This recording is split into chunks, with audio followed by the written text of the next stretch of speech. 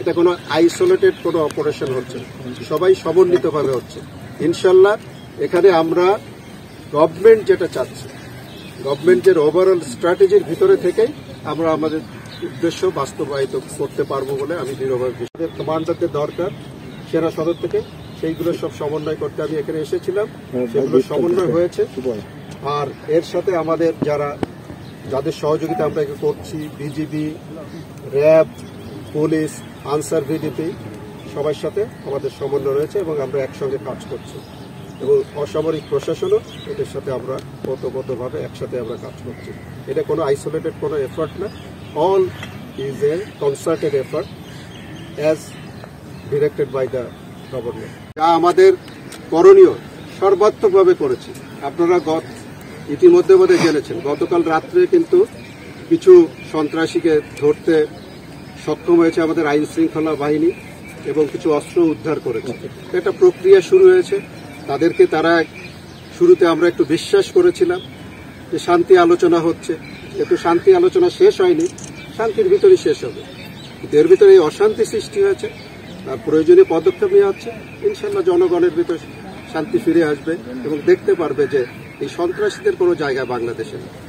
এবং বাংলাদেশের প্রতিটি অর্গান, আমি বাংলাদেশ সেনাবাহিনীর পক্ষে বলতে পারি, বাংলাদেশ সেনাবাহিনী সম্পূর্ণরূপে সক্ষম এই পরিস্থিতি মোকাবেলা করার জন্য ইনশাআল্লাহ। সরকারের সমস্তগুলো অর্গান, আমাদের সেনাবাহিনী, বিজিবি, র্যাব, পুলিশ এবং অন্যান্য ইন্টেলিজেন্স অর্গানাইজেশন সব সমন্বিতভাবে আমরা এই পরিস্থিতির মোকাবেলা করি।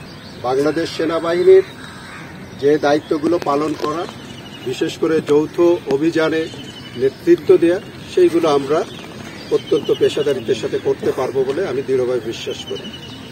আমাদের অলরেডি পরিকল্পনা অনুযায়ী কার্যক্রম শুরু হয়ে গেছে। কিছু কার্যক্রম দৃশ্যমান, কিছু কার্যক্রম আপনারা দেখতে পাবেন, বাট এর ফল আপনারা সময় মতো পাবেন ইনশাআল্লাহ।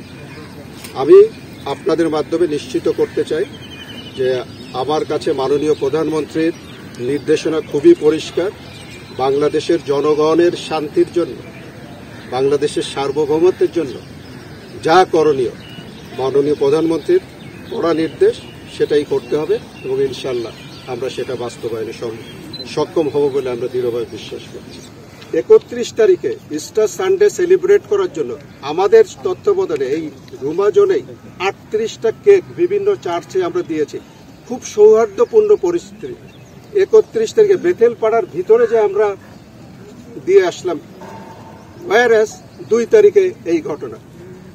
আপনি বন্ধুত্ব সব কিছু ঠিক আছে, ভিতরে ভিতরে আপনি কিছু করলে মানুষের মনের ভিতরে তো ঢোকা যায় না, ভিতরে কোনো কিছু ষড়যন্ত্র। এই একটা আমার মনে হয়, এটা যেটুকু আমি শুনছি কর্তৃপক্ষের কাছ থেকে, যেটা সবাই এগুলোতে জড়িত। কিছু শান্তি চাই, কিছু কিছু আছে যারা চাচ্ছে না।